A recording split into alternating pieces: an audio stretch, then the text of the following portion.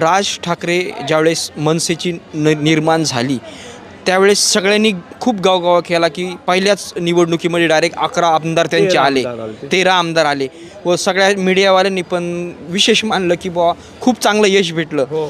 परंतु त्यांचा एक मुद्दा गाजला होता की ट्रेन लोंढे भरून येता, पाणीपुरीवर त्यांनी हे केलं, हे जा ते जा.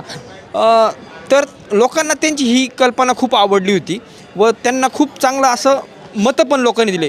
परंतु आपण जर विचार केला तर भूमिपुत्रांना अमेरिकेसारख्या ठिकाणी सुद्धा नोकरीला प्राधान्य आहे. आता व्हिसा भेटत नाही, काही काही इंडियन लोकांना त्यांनी रिटर्न काढलं.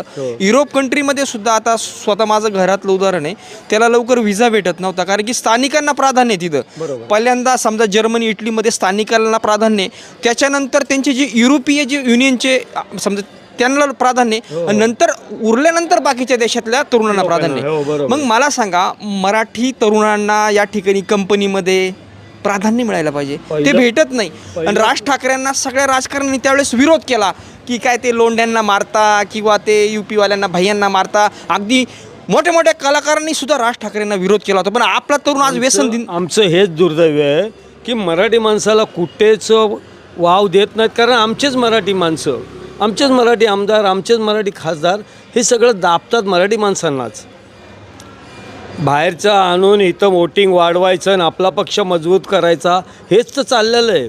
इथल्या मराठी माणसाला बाहेरच फेकलं जाणार आहे आता हळूहळू.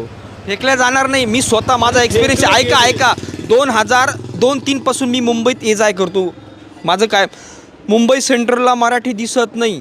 मुंबई सेंट्रलची जर हार्बर लाईन जर बघितली, अंधेरी पार तुमचं विरारक, मराठी लवकर दिसत नाही. मराठी कुठं दिसतोय माहिती का?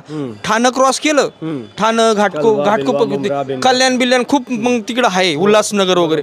मुंबईत कुठं दिसते? मुंबईतला विस्थापित झालेला मराठी सगळा तिकडे गेलाय. त्याला कारणीभूत आहेत हे जे विरोधक राजकारण करतात ना, तो कारण. कारण मराठी माणसाला वाढूनच देत नाहीत, किंवा फेरीवाले मराठी परत उचलून टाकतात, किंवा इतर काय जे आहेत मराठी माणसं नोकरी धंद्यामध्ये त्यांच्या नोकऱ्यावर पाय आणणार.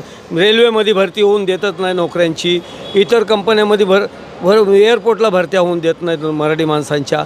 जे मराठी ज्या मोठमोठ्या कंपन्या त्या बंद पडलेल्या, ज्या हॉटेल आहेत ती बंद पडलेली आहेत, मोठमोठे 5 स्टार हॉटेल, तिथं मराठी युनियन होऊनच देत नाहीत. मराठी माणसाला नोकऱ्याच नाहीत.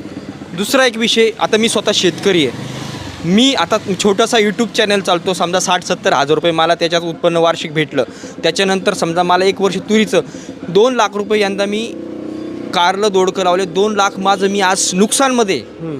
आज हालत बेकार एकदम. माझं खूप चांगलं आहे. असे कित्येक